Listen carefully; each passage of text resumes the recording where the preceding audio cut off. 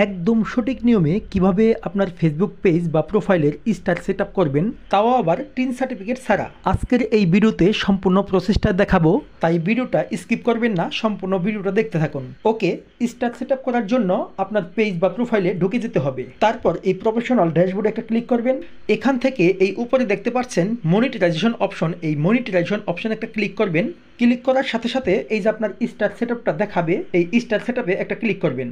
Star সেটআপে click করার সাথে সাথে আপনার এরকম ইন্টারফেস দেখাবে। আপনার ইনফরমেশনগুলো ঠিক আছে কিনা আপনি চেক করে নেবেন। তবে এখানে একটা কথা বলে রাখি, এই যে নেম অপশনে দেখবেন, নেম অপশনে কিন্তু আপনার ফেসবুকের যেই নামটা সেইটা থাকবে। আপনি কি করবেন, আপনার ভোটার আইডি কার্ডের যেই নামটা সেই নামটা এখানে বসাবেন এবং ভোটার আইডি কার্ডের সাথে এই জন্ম তারিখটা মিলাবেন। মিল থাকলে তো ভালো, না থাকলে মিল করে নেবেন। আমার যেহেতু ফেসবুক আইডির সাথে ভোটার আইডি কার্ডের সাথে নাম মিল নাই, তাই আমি এটাকে ভোটার আইডি কার্ডে যা আছে সেই নামটা বসিয়ে দিব।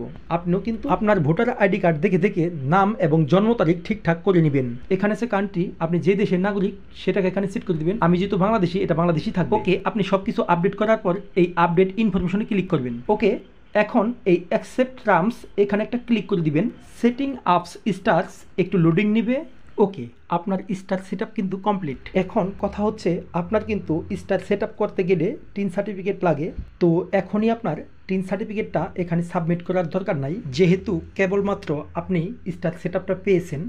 যখন এই স্টার সেট আপ থেকে আপনার আর্নিং শুরু হবে, মানে আপনার সেনগুলো জমতে শুরু হবে, তখন কিন্তু আপনি ব্যাংক অ্যাকাউন্ট এবং টিন সার্টিফিকেট এখানে সাবমিট করতে হবে। আপাতত আপনি এইভাবে স্টার সেট আপ করে আপনি এখান থেকে আর্নিং করাটা শুরু করুন। ওকে, আজকে এ পর্যন্তই। নেক্সট ভিডিওতে দেখিয়ে দিব কিভাবে আপনি ব্যাংক অ্যাকাউন্ট সেট করবেন এবং টিন সার্টিফিকেট সাবমিট করবেন। আর যাদের টিন সার্টিফিকেট নাই, কিভাবে আপনি নিজে নিজে টিন সার্টিফিকেট তৈরি করবেন সেই প্রসেসগুলো দেখিয়ে দিব। এতক্ষণ যারা ধৈর্য ধরে আমার এই ভিডিওটা দেখলেন তাদেরকে অসংখ্য ধন্যবাদ।